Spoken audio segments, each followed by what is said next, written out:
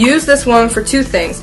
One, you can use it for plumping on the go, like when you're already out and your lips have already been plumped and you just want to retouch them up. The second reason why you would have this one is because if you can look at the size of these two, you can see that this one is smaller than this one.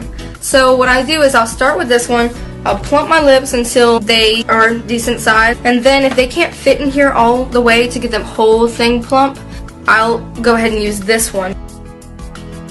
We're going to do it one more time because they're starting to get bigger now.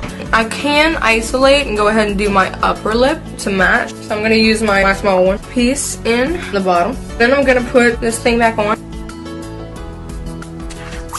Oh, biscuit. They're supposed to stay for about 2 hours. I love this product. I mean, I will say I look a bit ridiculous. I don't sponsor or sell any of that. Just my honest opinion. My reviews. This product works. I mean, clearly it works.